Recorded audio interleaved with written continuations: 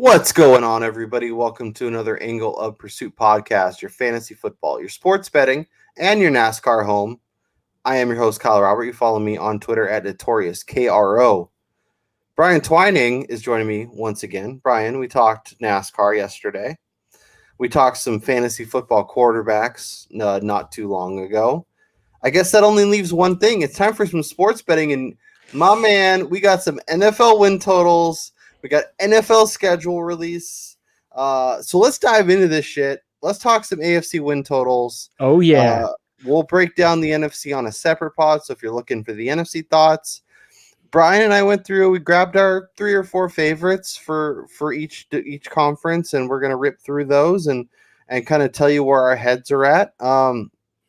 If you're enjoying the show, make sure you mash that like. Make sure you hit that subscribe button.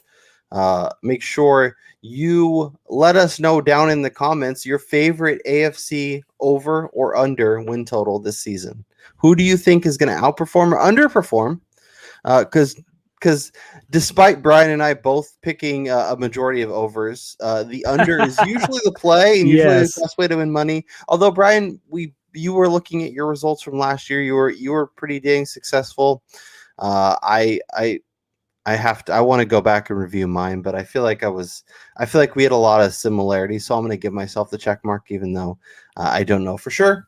But let's jump into it because we each have 4 teams we want to dive into and talk about. And let's talk about those Los Angeles Chargers. You like the over at 9? It's even money, minus 110 on both sides. Talk to me about the Chargers and what you're liking here. Well, I'm looking at this Charger team. They finally got rid of Anthony Lynn, who most experts and fans alike would probably agree that the reason why they've been losing all these close games are majorly due to his poor coaching decisions and when to use timeouts, when not to use timeouts, play calls at the end of games, end of game situations. So they've gotten rid of that. They have a clean slate here. You got Justin Herbert going into his second year as quarterback. Most people are returning on offense, and then they're getting the defense. Their biggest addition is just going to be Derwin James coming back. Hopefully he can stay healthy for a full season. Derwin and Bosa. Imagine if they actually play like 14 games combined. Exactly. The Chargers addressed their largest need probably for freaking the last decade at offensive line, drafting the tackle out of Northwestern with their first pick in the first round and signing the NFL's probably considered best center in Corey Linsley. Yeah. So now Justin Herbert's going to be protected. He's going to have time. They're going to be able to get the running game going. And when you look at their schedule here, they're only facing one team out of division on the road with a winning record, and that's Baltimore. The rest of them are Washington, Houston, Cincinnati, and Philadelphia, all teams who, Washington, you'll see, I like them a little bit more than most people, but they're not a juggernaut by any means. You got Houston, Cincy, and Philly who all struggled mightily last season. And when you look at those teams, they combined for a record of 19-43-2 last year. So the Chargers get a nice schedule away from home. All of their toughest games are going to be with teams coming into LA, which we'll see what kind of home field advantage, if any, they get with fans coming back there. But I do think that this Charger team, with the health of their defensive players kind of coming back, I think they are ready to get that barely over 500 record at 9-8 now that we're playing a 17-game schedule. Yes, and that's the key is we are playing 17 games, so you have to reconfigure stuff in your head. So you really want them to go 10-7. That's how you hit that over. So if you get to the 9, you get the push. Yeah. I have a hard time seeing this team not get to 9 or 10 wins if they can stay healthy. That's the biggest question, though, is we need to see a step forward from Herbert in year 2. We need Eckler to actually stay on the field and stay healthy because he's so important to what they do offensively, and Keenan Allen ditto. This is a great team, but they have Austin Eckler who misses time, Keenan Allen who misses time, Joey Bosa who misses time, Derwin James who misses time. They just have so many guys. Like if you had 1 or 2 of those guys, it's a lot easier to kind of make work and have extra backup. But they have so many of those guys that it does scare me. I don't know if this is something I'm going to the window and betting But I can definitely understand where your head's at, and I think it makes a hell of a lot of sense. Well, I mean, real quick, before we get off the Chargers, they won their last 4 games last year. Yeah. After losing twice, they got shellacked against New England, and then they lost by 10 to Buffalo prior to that. But prior to those 2 losses, their previous 7 losses were all by 1 possession, with their largest deficit being 8 to the Miami Dolphins on the road in Miami, to a team that kind of showed out last year, and we're all expecting this season to be one of the contenders in the AFC East. So you're looking at a Chargers team that was there last year, that if they just had a few possessions go differently, they were 9-7, 10-6. So this is a team that is not out of the realm of possibility that they even get to that 11 win mark if they can turn that stuff around and we see Justin Herbert take that next step. Yeah. I'll throw out my first one, and that's the New England Patriots over 9. Oh, I was going to go there. So my thought is, the biggest thing they're getting so many players back on the defensive side of the ball that sat out last year, that did not play, and that was they're getting their 2 quarterbacks on defense back. Right. Yeah. So getting those critical pieces back on that side of the ball is going to be so important, and it's going to allow the offense to be a lot more flexible, allow the offense to not have to do so much. My question, and I'm really interested to see kind of how this offense looks. If it's Cam Newton, we'll see. Potentially Mac Jones, and that might not really matter. We need to figure out what the running game is going to look like, whether it's Damian Harris ripping off 100-yard games again, or if it's going to be a mess. Or they did spend some money, including bringing in Hunter Henry, which I liked, and Jonnu Smith, which I liked. We've seen this team have a ton of success with 2 tight end formats. They also spent a lot of money on Nelson Aguilar, Kendrick Bourne, and I don't know how I feel about that. Like, those guys are all fine, but the amount of money they spent on marginal receivers. Now, if they take that next step and they're awesome, or N'Keal Harry can figure it out, or whatever, or it's just, complementary pieces to the 2 stud tight ends, that could be a thing. But like, I feel like this team has 12 wins in them, in a 17, like 12-5, especially with 2 games against the Jets.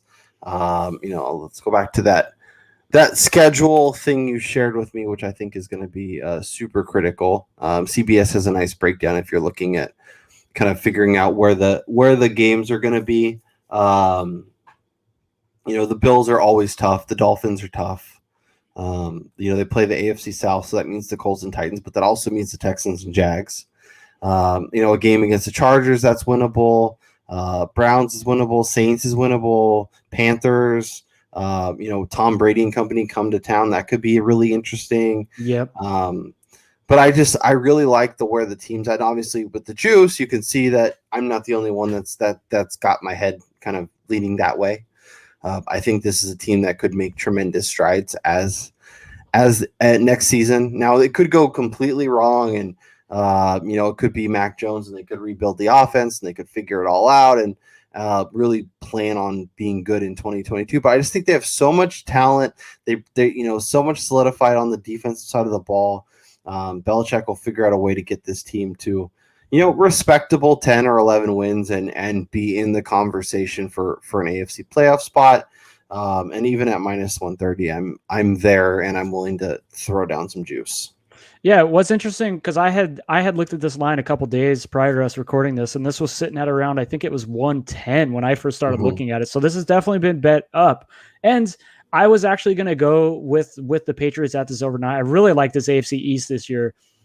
Much like the Chargers, their road schedule is really nice. Getting the Colts with Carson Wentz, they play Houston, Atlanta, Carolina on the road, and then one other AFC West road game against the Chargers, which I love the Chargers, but there's no home field advantage for the Chargers, especially playing New England. You're going to have all those Bostonians going there. So the Patriots, not to mention, they added Matthew Judon.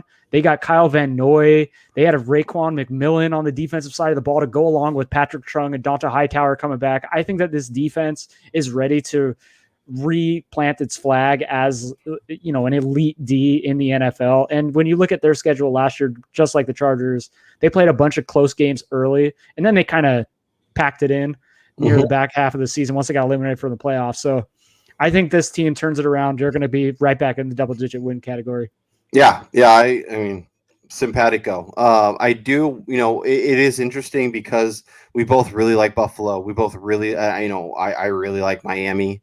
But if you look at kind of what the AFC North was last year with Baltimore and Pittsburgh, and Cleveland, they're all awesome. They all had, you know, won a ton of games, and then you just need to have that one team that's crappy, and the New York Jets will have no problem losing, you know, 14, 15 games if they need to. So, definitely. Let's switch over and talk about your next play. The Cleveland Browns, speaking of the AFC North, over 10.5 plus 107. Sell me on this one, Brian Twining. Well, I've hated on Cleveland for the last 2 years. Baker Mayfield has been on the receiving end of much of my crap talk, and you know, he's gotten close to changing my mind on him. But when looking at what this team did last season and coming into a year where they're getting Odell back, which I know the offense probably got a little more efficient and churning a little bit better once Odell got injured, but Odell he's on another planet when it comes to his ability on the field and just what he offers and brings to the table on the offensive side of the ball. I think that's going to be huge for them. They really didn't lose much in their starting roster. I mean, they getting Andy Janovich back at fullback, which is going to be huge for that running game, as we saw them last year go almost exclusively to the single back formations because they lost Janovich, which I think now we can get back to them pounding the rock a little bit more. They added Jadeveon Clowney on the defensive side of the ball, Troy Hill and John Johnson from the Rams. I think their pass defense is going to be a lot better. And they used their top 2 draft picks on 2 defensive players, and Greg Newsome and Owusu Koromoa from Notre Dame. So this Cleveland, for me, I hate saying this because I'm finally on board with them. I think they are ready to compete with Kansas City in terms of who's going to be the best team in the AFC. They have a lot of pieces, but I got to tell you one thing, Brian Twining. The Cleveland Browns under is on my list. I think from a football team standpoint, as a football team, they will be better than last year. I think they are improved. I think because of all the things you said, that they are a better team. But I also see Baltimore as a really good team. I see Pittsburgh as a really good team. It's nice that you get to face the AFC North potentially, but that could mean a really good Packers team, a really good Vikings team, a Bears team that's improving. Obviously, the Lions suck, but whatever. I think this is going to be really close. I think the Browns win 9 or 10 games and are definitely a playoff team. And as you mentioned, I think they're one of the most compelling teams to face Kansas City. I think they can do a lot both defensively and offensively to give them some problems. So if that playoff matchup comes around, I may be willing to jump on the Browns side. But from a season-long standpoint, I expect them to take a slight step back this year and just barely come under and win maybe 9 or 10 games. It's definitely not out of the possibility, just knowing that Baker Mayfield is their quarterback still. But when looking at, don't trash, don't take this as a Baker slander. I think Baker's awesome, but we've seen this too many times with teams that kind of take that leap, take a little bit of a step back, and then all of a sudden the next year is when they take that full-fledged, okay, now we're going to the Super Bowl.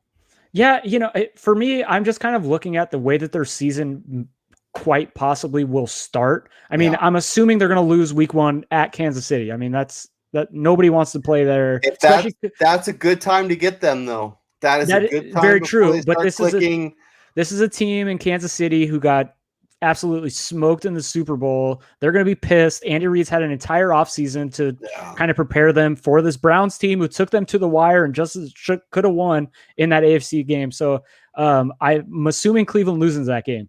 And then their next 8 games, Houston, Chicago. Yes, at Minnesota is a tough matchup. At LA, who knows how good the Chargers are, but I still think Cleveland could win that game. Arizona at home, Denver at home, Pittsburgh at home, at Cincinnati, and then they get at New England, which will be their next toughest game of the year. Yeah. Won't be until week 10. We're looking at the possibility that Cleveland runs off a string of 8 wins after losing to Kansas City. And that 8, if they go 8-1 in their first 9, they sure as hell better get 3 more damn victories. Yeah.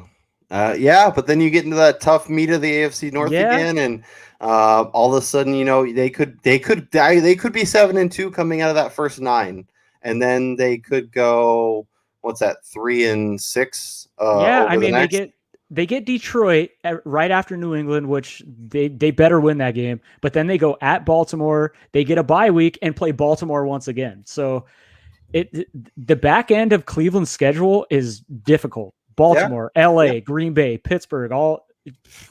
Mm-hmm. So that's the thing, is they have to get those wins early in order to be able to set that up. So we'll know pretty quickly whether it's going to be an over and under. But yeah, if they're rolling and they run through all these teams, the over is looking great, and you're going to look good at getting that plus money.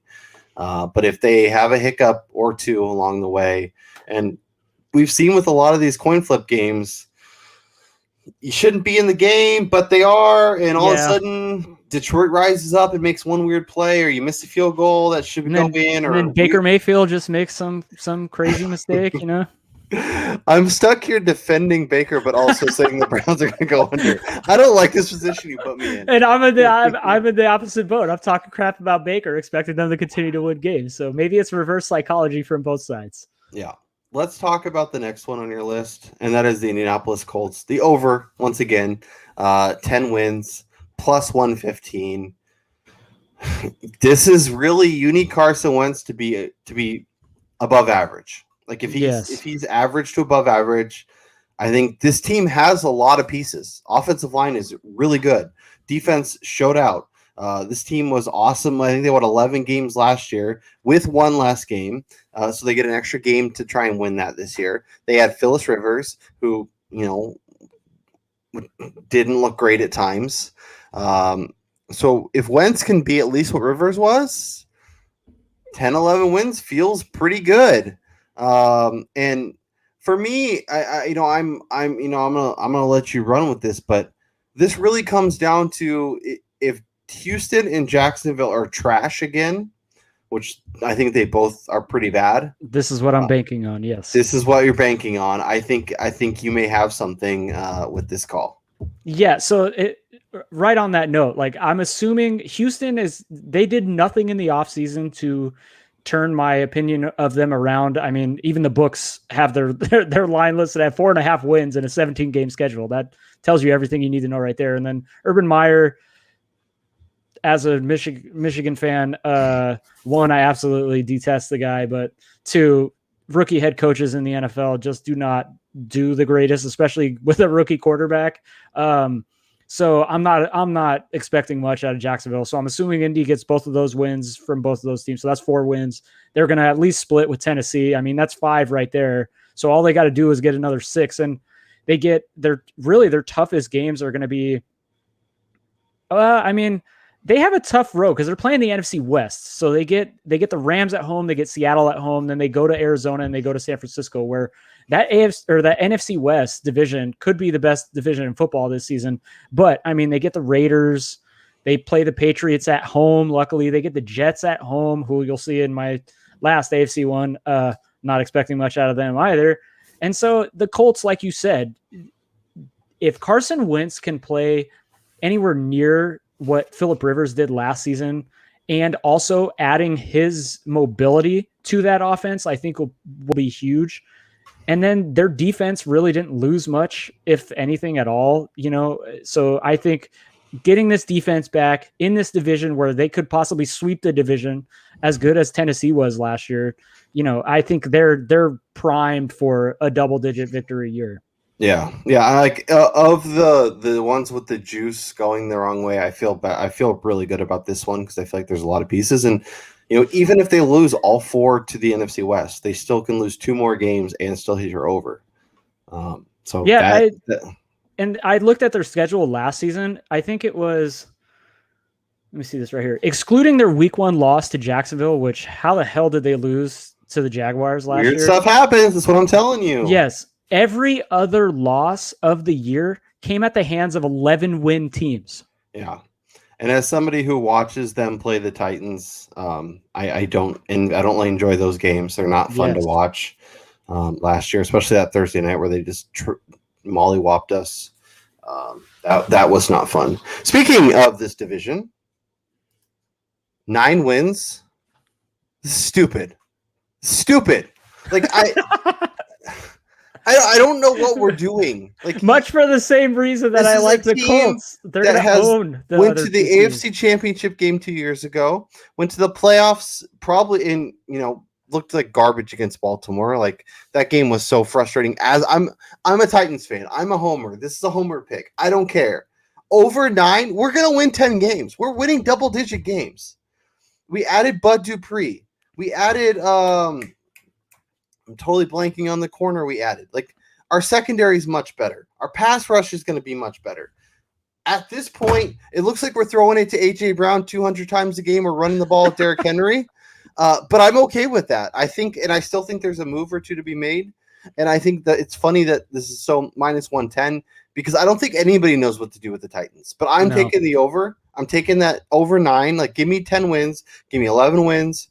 This is a team that I expect to be in the conversation for the AFC come season's end. Ryan Tannehill is an absolute stud. A.J. Brown is a stud. Derrick Henry carries his team, and I think the defense is much, much better. And that's being the biggest bugaboo is they go into the fourth quarter with these leads, and they just fall over themselves because they can't slow anybody down. I think that changes this year. I think this team's awesome, and I think we are contending with the Chiefs to go to the Super Bowl. Give me the over. And if we're talking best bets, this is it. Yeah, and going to the corners that they added both Janoris Jenkins and Kevin Johnson. Oh. So this defense should take some tremendous strides. I think this and even the Colts line are kind of these early line numbers where the bookmakers are having a difficult time adjusting to the 17-game schedule. Because when you look at Tennessee, they went 11-5 last year, and the defense was trash in end-of-game situations. So a team that improved on defense who, they lost Corey Davis, but what did he really do during his tenure in Tennessee? And you get it's another year for A.J. Brown and Ryan Tannehill. Now, give me both these teams with these victories. And we were talking about the Titans a little bit before we started recording. There's still probably a couple moves to be made, whether it's a Jamison Crowder, whether it's a Hayden Hurst, whether it's somebody who unexpectedly gets traded or cut. Julio Jones, come on down. We all make room, make a nice little slot for you opposite A.J. Brown. I don't understand this one, and maybe I'll look stupid. Maybe this will be the year that they just fall apart. But I think this team's too well coached. I think there's too much talent. And we saw last year, they brought in Clowney, they brought in Vic Beasley. Vic Beasley basically didn't play. Our first round pick, Isaiah Wilson, was a non-existent. He's already been basically out of the NFL. Jadeveon Clowney played for half a snap and got hurt again because that's what Jadeveon Clowney does. And we still won 11 games, and we're still freaking awesome. So I don't know. This doesn't make sense to me. Brian, as you mentioned, you got to have an under. Talk to me about that. Jets, Jets. As much as I want to root for the Jets, with family ties to New York, and they're all my family are Giants fans. So when I was younger, I always gave them crap and chanted the Jets chant. This team is going to get stomped on in the AFC East with Buffalo, Miami, and New England in that division. They're looking at an 0-6 record in division, and then they would have to go 7-4 the rest of the way. Do we expect the Jets with a rookie head coach, a rookie quarterback, all new pieces on the outside to have 3 games over 500 outside of division? Hell no. Yeah. So I'm going to agree with you this. The juice is heavy, but I think it's the play. The one thing I will say is I've been really impressed with the Jets making seemingly adult decisions. I agree both on draft day and in free agency. Just not yet. Yeah, no, I think they're a 2022 team that all of a sudden goes from 4 wins to 8 or 9 or 10. Especially if Zach Wilson's as good as some people think he can be. They really addressed offensive line, not only with Becton last year, but their first round pick this year. Fixing that left side is really important. Adding pass catchers. This team is going in the right direction for seemingly the first time in a long time. And Brian, as you can attest with the Knicks, sometimes it goes wrong for long, but Yep. when those pieces start to come together, it starts to trend in the right direction. All of a sudden, oh man, this works. I probably wouldn't bet it just because of the minus 155, and I could see, I don't know. No, what am we talking about? Oh, this team is not going to win 7 games. I feel like this bet right here is probably bettable up until it gets into the 1 to 2 range, just because, I mean, you're going to be laying a lot of money to win anything on this, but they like realistically have no shot at winning 7 games because, like I said, they would have to beat they would have to win 7 games out of these opponents. Jacksonville, Houston. Okay, we'll give them 2 of those. So we'll give them those 2. Tennessee, Indianapolis, New Orleans, Atlanta, Tampa, Carolina, Cincinnati, who's going to be awesome on offense, and then Denver. So yeah, maybe they win 4 of those. But are they going to beat the Titans, the Colts, who we both expect to do good, the Saints, even without Drew Brees, Atlanta, who a lot of people are expecting to take that next step, Carolina with their previous quarterback, Sam Darnold, and then Tampa Bay. Yeah. So if I'm betting this, which I might actually be doing, William Hill and BetMGM both have it at 6, and it's plus 110 to the under. Woo! So, yes, so I would bet that too. If that's you like the Jets, like Brian and I, like obviously, would it be nice to be able to cash if they get to say 6 and 11? Sure, but I'd rather them go 5 and 12. Yes. And get the plus juice, and then if they happen to get to 6, then it's a push, and I lose. It's a break even bet. So, I prefer to look for the 6. And our friends over at FTN Bets has a nice prop shop where if you're looking for win totals, and this is non-spawn, they don't pay us any money. I just think it's a really useful tool. You can put it in and see the different options of William Hill and MGM and DraftKings, and depending on what books you have access to. So highly recommend checking that out. But Brian, I am going to be with you. Staying in this division, Miami Dolphins over 9. I love the Miami Dolphins. I think they are trending in the right direction. I think they are a team that could make some serious noise in the AFC. I think they could rise up and win this division. And let's see if I can find no 9.5. I would like to see, if I can find a 9.5 or maybe even a 10 and look at the over if I get nice payday on that end. But I love what the direction this team's going. I think Tua can be really good. And as I told you, Brian, I've made 2 MVP bets. I'll save my NFC MVP bet for the NFC bet show. So if you're wondering who that might be, you can come over and join us there. But I bet Tua Tagovailoa at 50-1 to win the NFL MVP. I think the path is there. They've clearly, and I'm going to be writing about this for fakepigskin.com as well.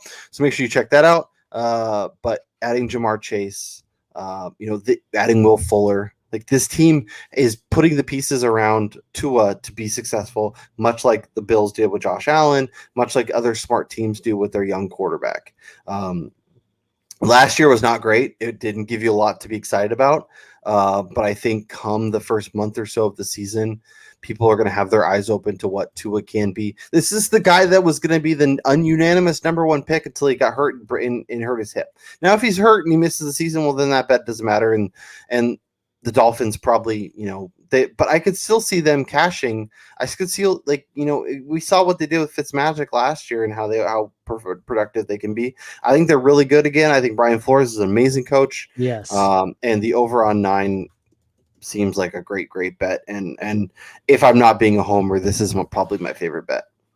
Yeah, I think the AFC East, much like the NFC West and the AFC North, are going to have 2 to 3 teams that are going to be in that 11, 10-11 win range. Yeah. And just because of how much stronger they are again, and they have that one team in the division that they're all going to beat up on. And when you look at Miami, they've went from a 5-11 team to 10-6 last year. And that was with kind of a makeshift offense. They made the transition from Fitzpatrick to Tua, after a handful of games. The offense really was not there until, the handful of games down the stretch. And now they add pieces like Will Fuller on the outside. They got the other pieces to go along with him. Jalen Waddle. They still have Mike Gesicki. They got Devontae Parker still there. Yeah. No, this offense is ready. Yeah, the pass catching core has gone from one with basically Devontae Parker and nothing to Devontae Parker being the third or fourth option. So that's tremendous upgrades. And maybe maybe they're not an AFC contender right away. But with that defense, if the offense can perform, they didn't lean too heavy on the running. They're fine with Gaskin and Malcolm Brown. I expect a big year from Tua. As I mentioned, I'm already invested, and I like the Dolphins over. Okay, Brian Twining, those are our 4 plays. We will be back, as I mentioned, with the NFC. So if you missed that, go check that out, as well as our quarterback talk, as well as our NASCAR, if you want to win some money betting NASCAR. For Brian Twining, I'm Kyle Robert, and we'll talk to y'all next time.